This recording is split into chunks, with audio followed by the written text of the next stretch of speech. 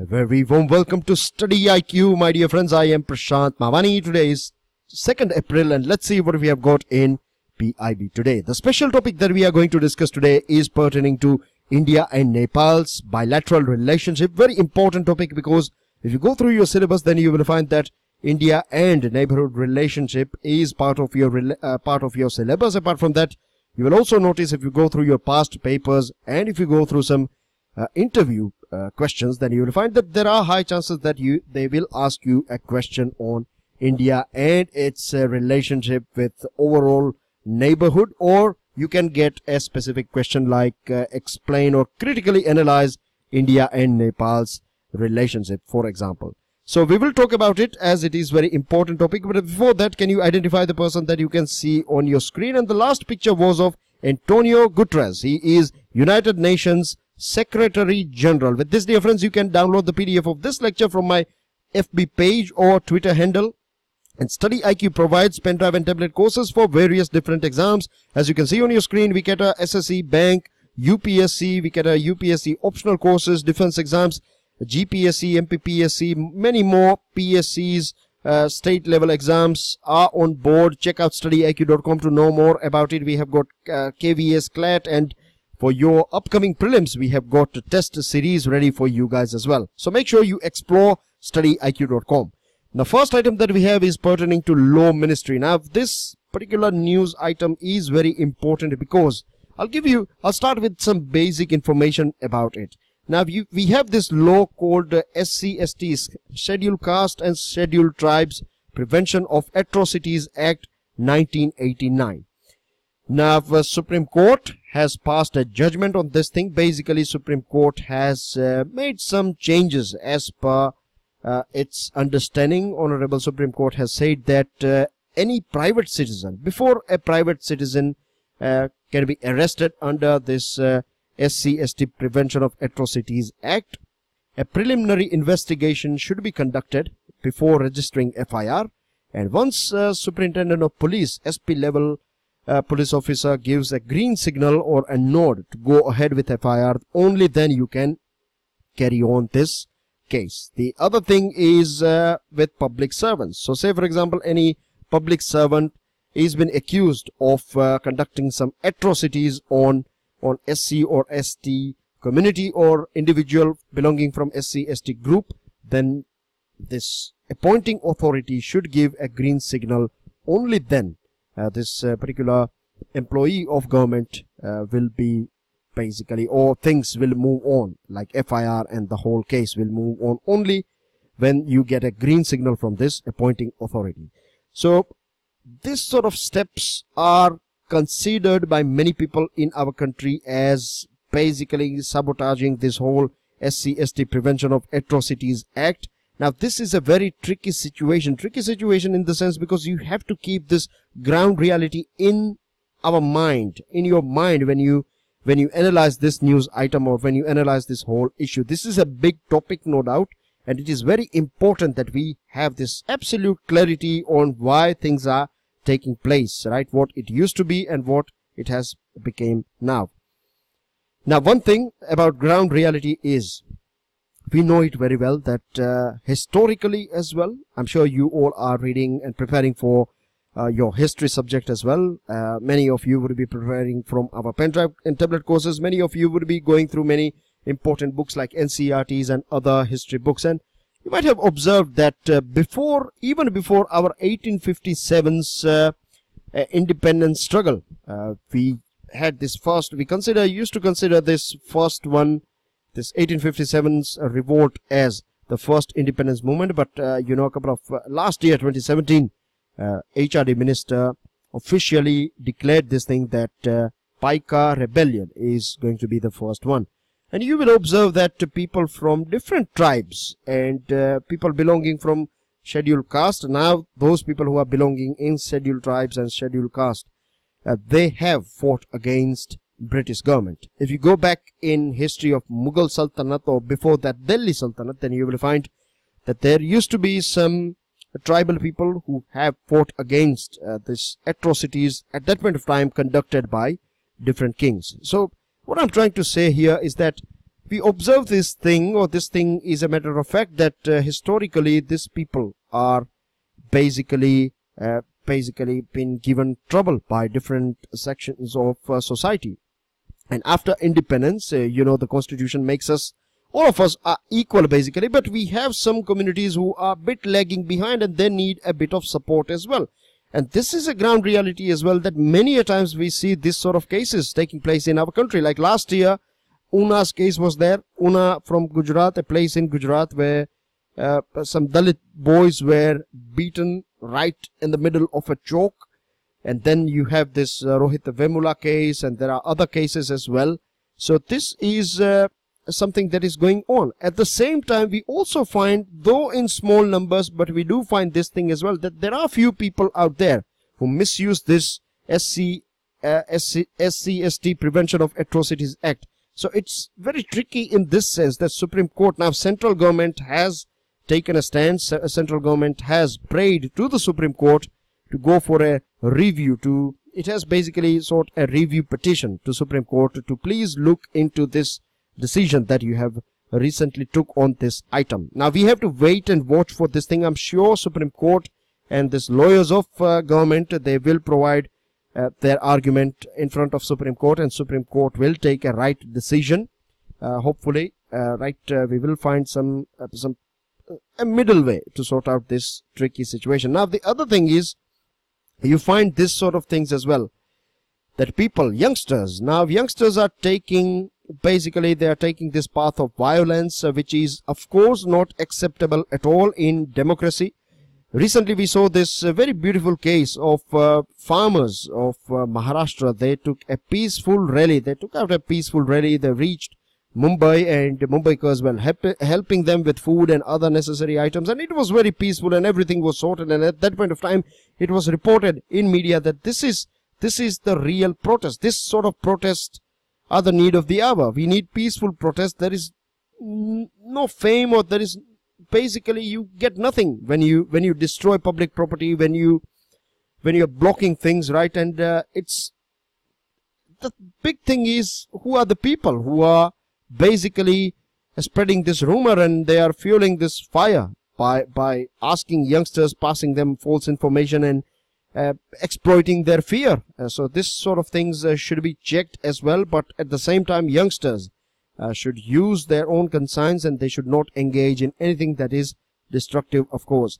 Now, Home Minister has appealed to all political parties, and this is very right as well, that all political parties all across the board, they should understand this thing. They should inform very strictly to their karyakartas and foot soldiers that they should not promote or engage in any sort of violence. Any type of violence is not acceptable at all. Government has filed a review petition. Supreme Court will look after it. We have to keep a bit of patience as well, right?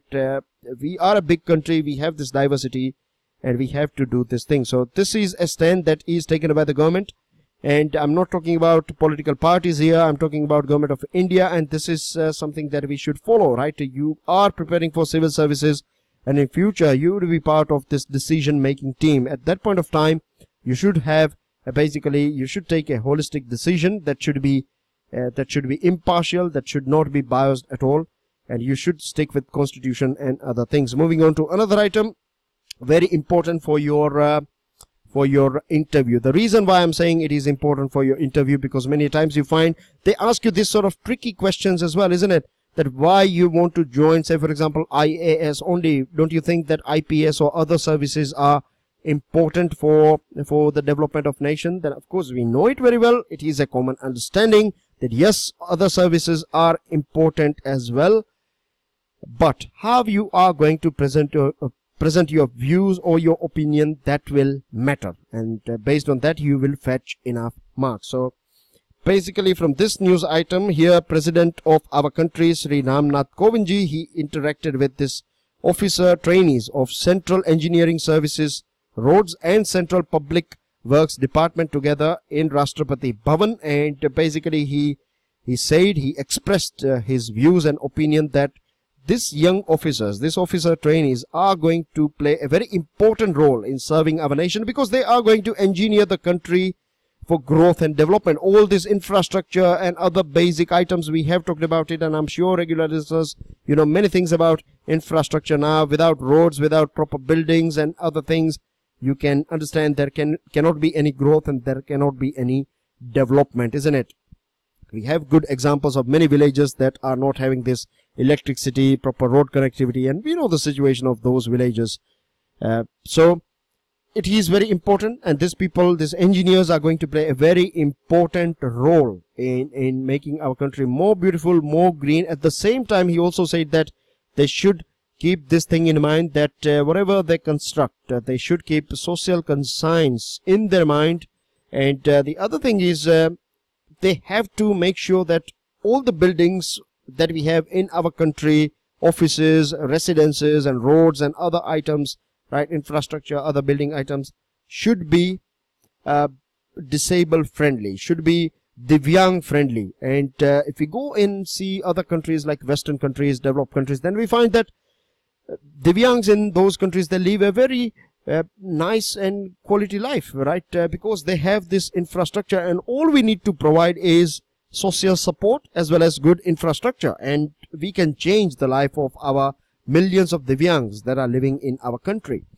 The other thing is with providing them with infrastructure is not just about making their life beautiful, but we will make them self-sufficient. They can stand on their own feet, you know, as far as this their economic necessities is concerned. They can reach at their peak.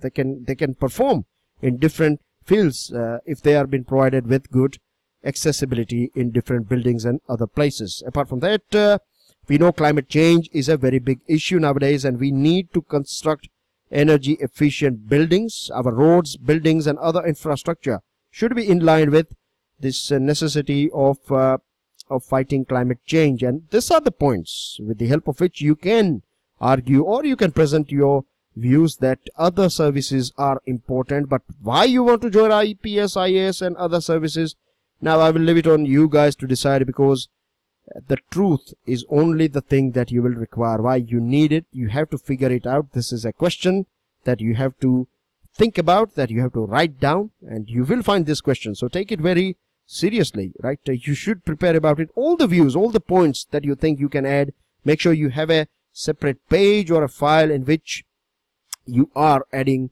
these points. Don't think that I will speak whatever will come to my mind. No, that will not take place. You have to note it down. Moving on to another item. This is about cultural ministry. Now, 6 monumental items or 6 monuments or historical sites in northeastern states are going to be sent by our country, India, for this consideration of World Heritage Site. You have the list here. The first one is Apatani Cultural Landscape, that is in Arunachal Pradesh. If I would be you, then I would go through all these 6 items, right? I will Google it. I will see it literally. I will see the images of these items, and this will make sure that I have this thing in my mind for a very long period of time, because you find this type of questions in your pre-examination. So please do pay attention to this one, and I request you guys to go through it as well. Iconic sari weaving clusters of India. Then you have Moidams. Moidams are from are basically this burial system of Ahom dynasty in Assam. Then you have Namdapha National Park, Arunachal Pradesh, river island of Majuli, again in Assam. And then you have this Thembang fortified village of Arunachal Pradesh. Make sure you know exactly where Thembang is. It is in Arunachal Pradesh. You don't have to locate district and things, but make sure you know you are not confusing things with different states. It should be absolutely clear, just in case if you find a question on this sort of items. Now, moving on to our special topic about Indian foreign policy.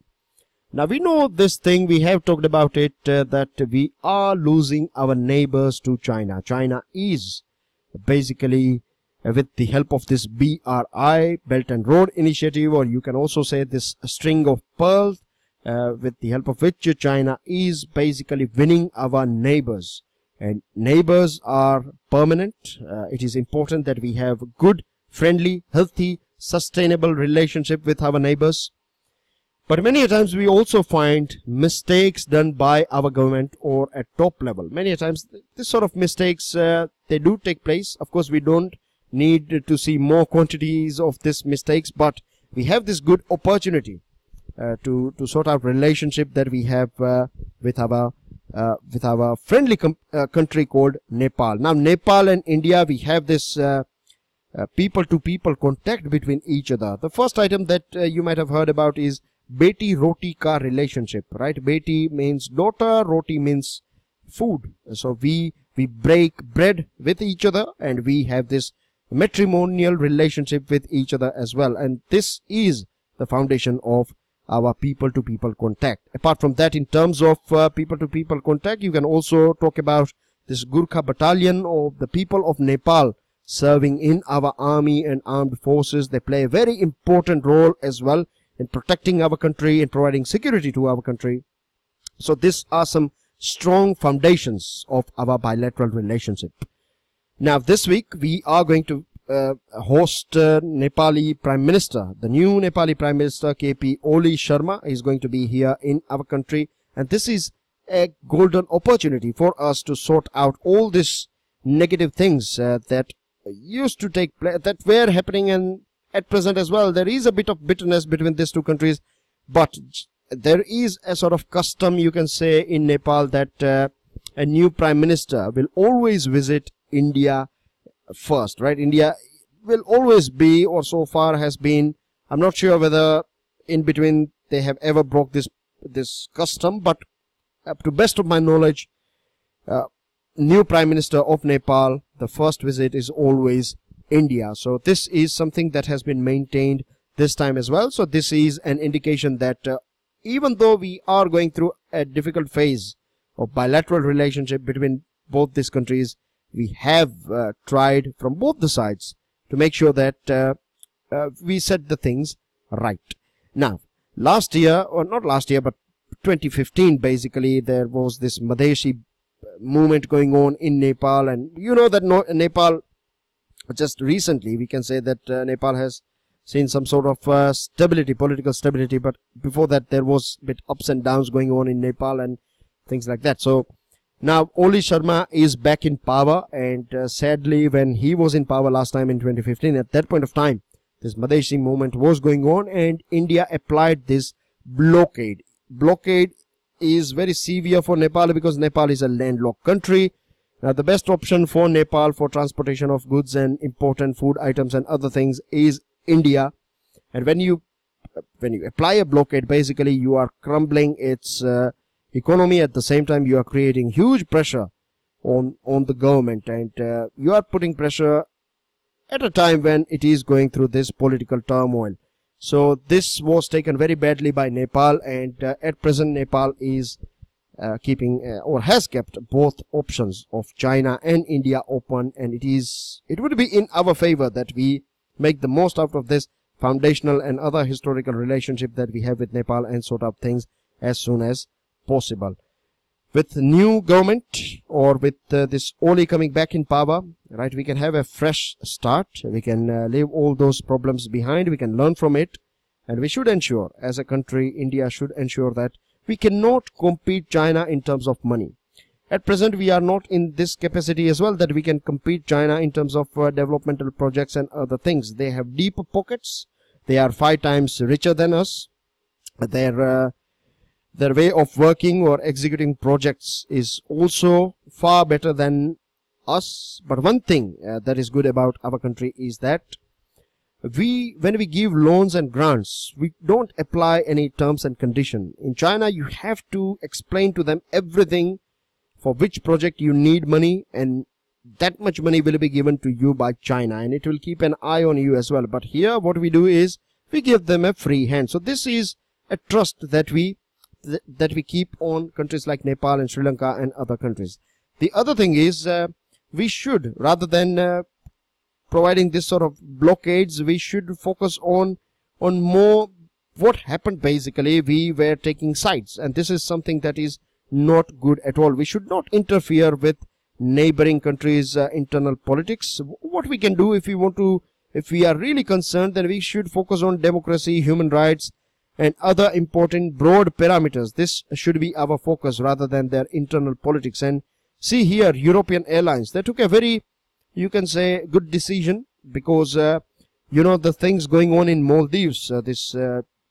Basically, you cannot say that Maldives is under democracy because of this presidential rule that is going on, or you can say this emergency that was applied on Maldives and Supreme Court judges and other things, where they were basically arrested and things like that. So what I'm trying to say here is that Maldives, when we were discussing Maldives at that point of time, I told you that Maldives is a tourist destination for European people, and because of this democratic uproar, or you can say this broad parameters of democracy and human rights were not followed by Maldives or Maldivian government, so this European airlines, they have decided that they will not cater Maldives, and this will impact their tourist department or tourism industry, and this will create a pressure on people, and this pressure will be finally it will reach this top government, and then they have to make sure that they restore this democratic functioning. So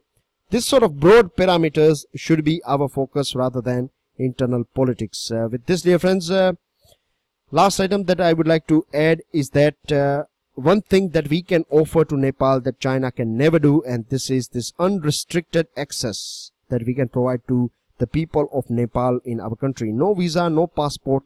They can come here, they can work here, and this is a very millions of Nepalese people are living here in our country, and this is also important for bilateral relationship as well as people to people contact. So there are some strengths in our side, and if we take our steps right, then we can convert our weaknesses into opportunities. But now let's see how we are going to deal with this upcoming visit of how better we are hosting the upcoming visit of this Prime Minister of Nepal in our country. That's everything in today's discussion. These are your answers to new questions, and that's everything, dear friends. Thank you very much for listening. Jai Hind.